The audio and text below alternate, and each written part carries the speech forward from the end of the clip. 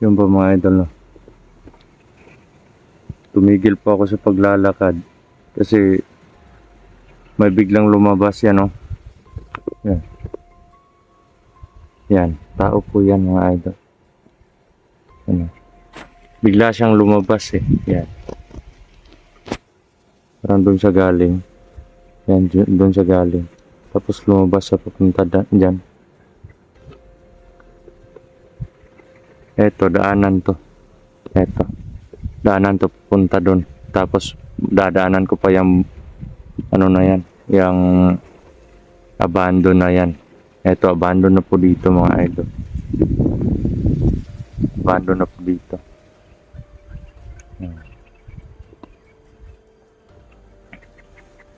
Wala na pong pumupunta dito ng mga civilian kasi maraming mga kalaban katulad niyan. At yun, may nadaanan ako doon sa may sagingan kanina. Sabi niya na wag daw akong kumpiyansa dito kasi minsan daw may mga nagdadala ng armas dito, tapos minsan nga daw nakakapunta daw doon sa sagingan, pero magsisipagtakbuhan lang daw sila pag nakita nila yung mga tao na. At dito daw sa cabin na to, marami na daw pinatay dito. Yan, sa location na to.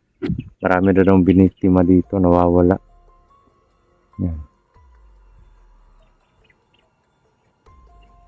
At sa silent kill natin yan mga idol. At sa medyo malayo pa, yung banda, may isang presensya din akong nararamdaman. Hindi lang yung tao na yan. Sobrang itim po ng presensya niya. At gagawan po natin ng paraan para mapatay natin yan. Sobrang sama po ng aura niya. At sobrang itim po ng nakabalot sa kanya mga idol. Kung matiktikan man tayo, napalapit tayo sa kanya, makikipaglaban tayo sa kanya at hanapan natin ng paraan para mapatay natin yung tao na yan.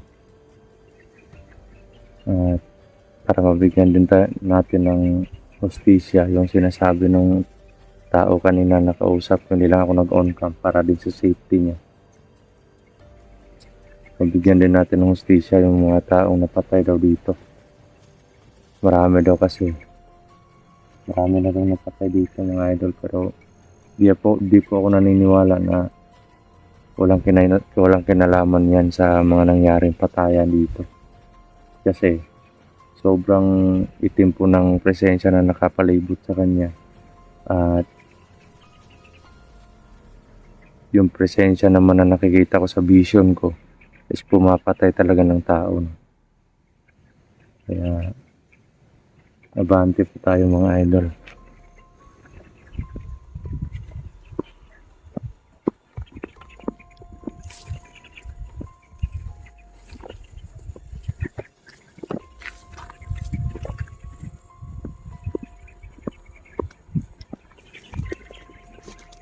Dahan-dahan na po tayo pupunta sa kanya.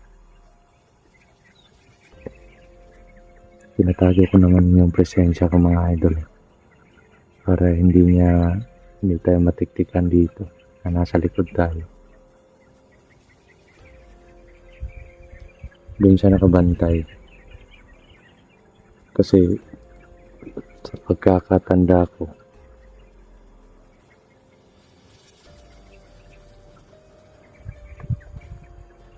parang doon yung parang may hinihintay itong tao nga to kasi doon siya andito lang yung entrance eh. Dito lang yung entrance dito sa likod ko, pero bakit dyan siya nakaharap or bakit siya nakatalikod sa entrance? Parang may hinihintay ang tao na yan kasi yan nakaharap siya galing doon sa bundok. Uunahan na natin mga idol.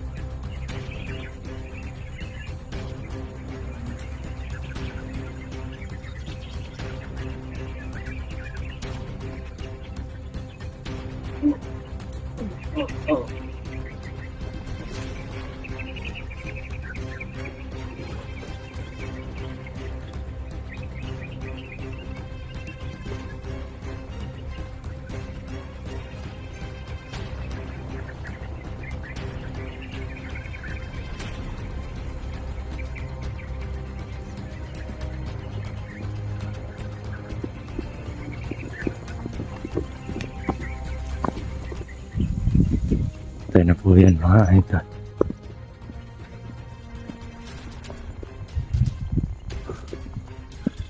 May orasyon po yung ginamit natin na kutsilyo.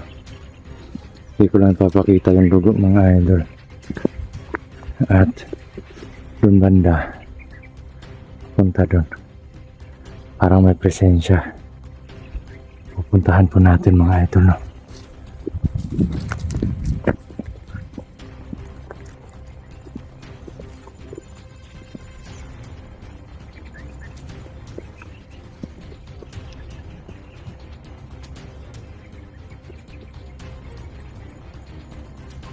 Kita dito eh. Sino ang banda yan? Ayun. Ayun, kita ko na dito mga idol.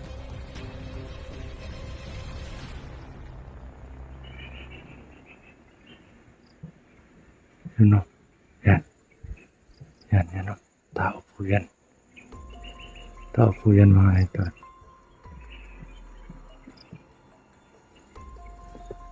Punta natin.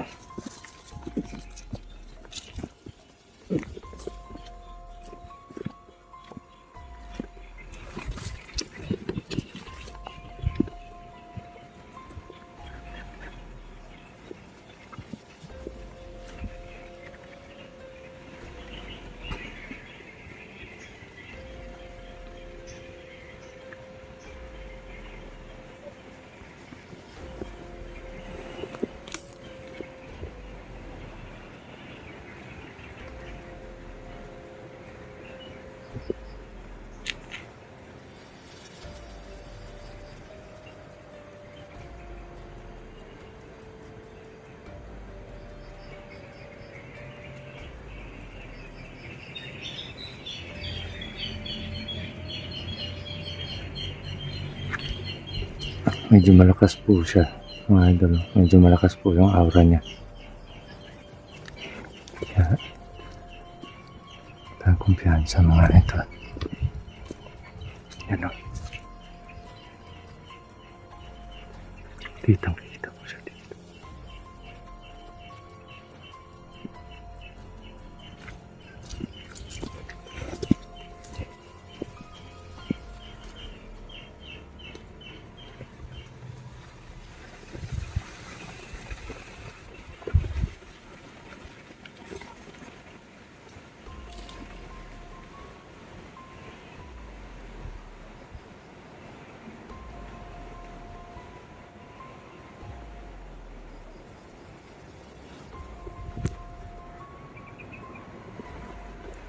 Makakaya natin i-silent kill yan mga idol.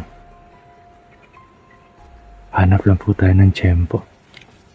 Medyo malakas po yung aura niya. Baka mapahamak pa tayo.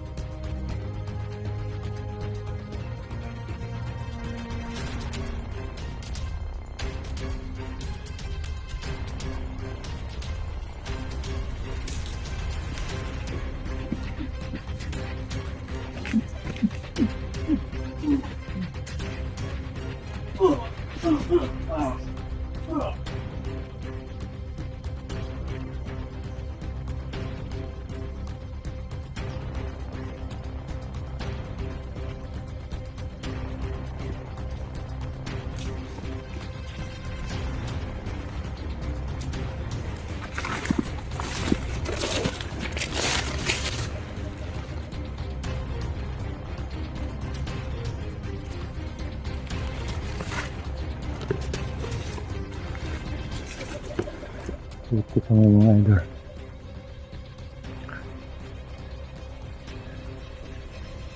Natiktikan niya ako. Buti na lang. Napatay agad natin. Lumaban eh. Buti na lang kinaya natin. Yan, puro saksak po yung ano niya.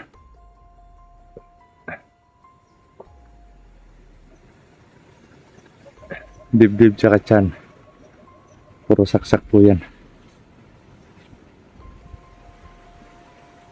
Hindi ko nagpapakita yung mga dugo mga idol. Baka ano,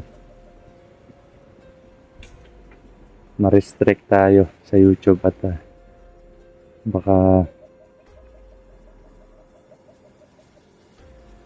hindi na ako, hindi na kayo ma-update sa ano natin, mga nangyayari dito. Lingon ako ng lingon kanina, baka may mga kalaban pa, may mga kasama pa. Rosal lang talaga eh. Tara mga idol. Kailangan natin magmadali at para makabalik agad tayo. Andun lang sa unahan mga idol. Nasa unahan na yung ano, sadya natin. So yun. Pag andun na tayo, andun na ako, hindi ako mag-on cam dun. Baka puntahan ng mga kalaban yung location at baka isumpa. Kaya so yun, abang-abang na lang sa next upload natin mga idol.